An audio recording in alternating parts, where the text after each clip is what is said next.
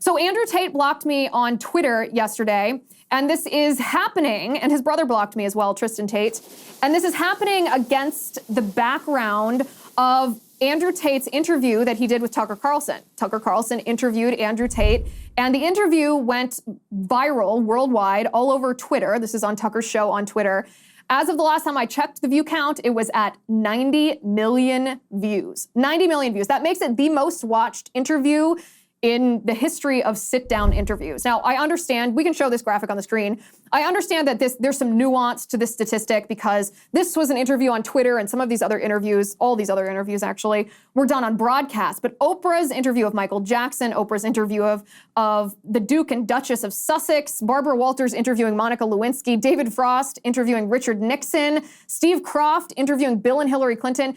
Andrew Tate's interview with Tucker Carlson was orders of magnitude more popular than any of these. And think about it, for example. Think about that interview that Princess Diana did back when Charles cheated on her with Camilla. Everyone around the world was familiar with that video, that interview that Princess Diana did, and that video got a fraction of the number of views that this interview of Andrew Tate. Andrew Tate was the most Googled man in the world. So maybe you're sitting there thinking, why do I care about Andrew Tate? I don't listen to some random guy online. And if you don't, kudos to you. Kudos for you for being able to avoid Andrew Tate. But the fact of the matter is, Andrew Tate is influencing the younger generation, particularly young men. And when I say influencing, I mean highly influential. You will be hard-pressed to walk down the street, walk into a school, walk into a college, walk into a workplace, and talk to Gen Z or millennial young men who are unfamiliar with Andrew Tate or who don't say positive things about Andrew Tate. And Andrew Tate is a threat to our culture.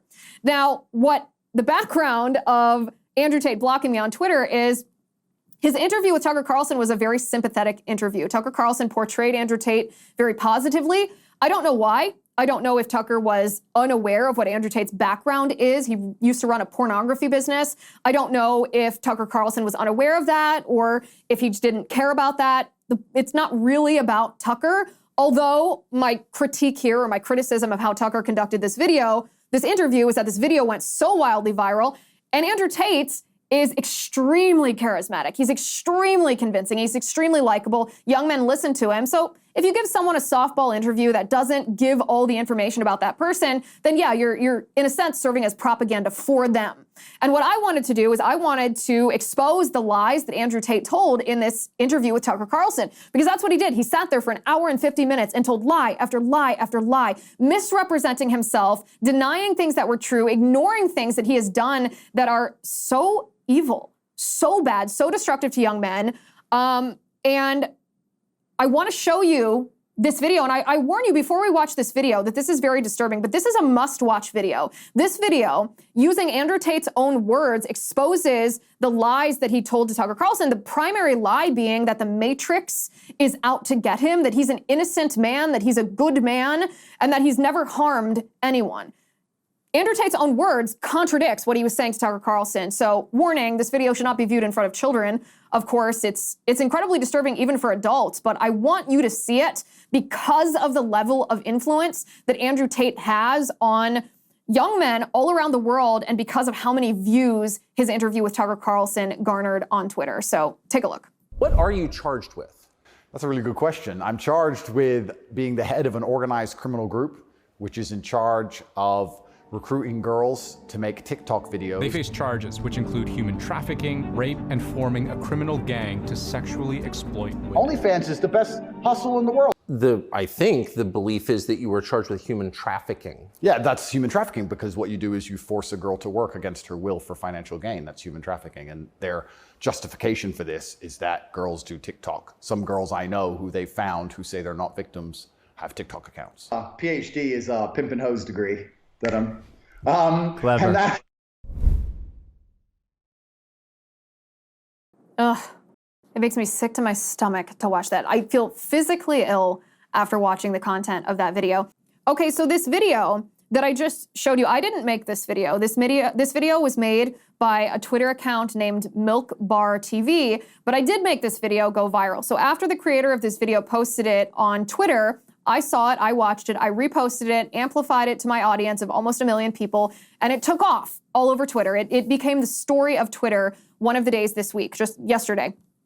It became the story of this week. And after I posted this video, I commented on Andrew Tate, on how influential he is, on how much he's on how he's shaping the minds and the morals of young men in our generation. And I said, watch out for Andrew Tate. I warned young men that Andrew Tate is he's acting in an evil manner. He's committing unspeakable evil against women. He's not only seducing women, he's actually seducing men as well. He's seducing young men, but he's acting as an antichrist figure. Because what he does is he diagnoses in an accurate way. Andrew Tate correctly diagnoses a cultural ill, the fact that our society demonizes or vilifies men, tells men that their masculinity, their inherent masculinity, which is a good thing, tells men that their inherent masculinity is bad, that it's toxic.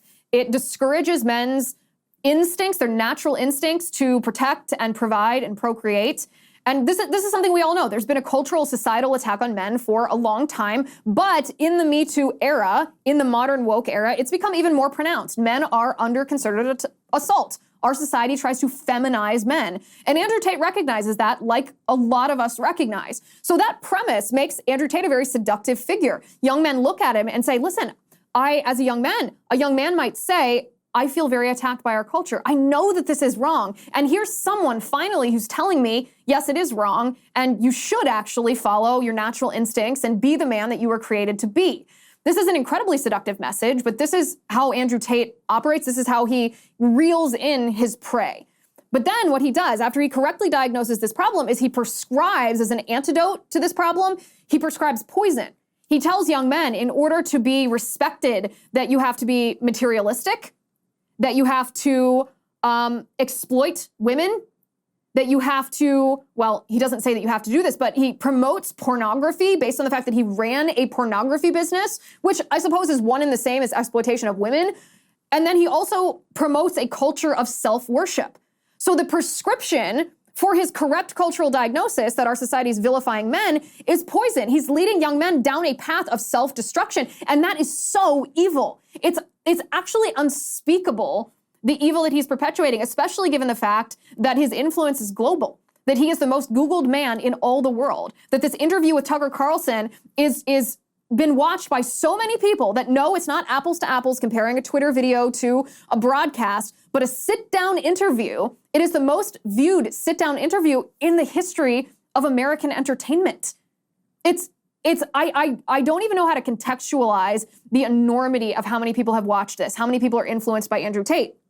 Hi guys, it's Liz Wheeler. Don't forget to watch my show, The Liz Wheeler Show, every night at 7 p.m. on the First TV.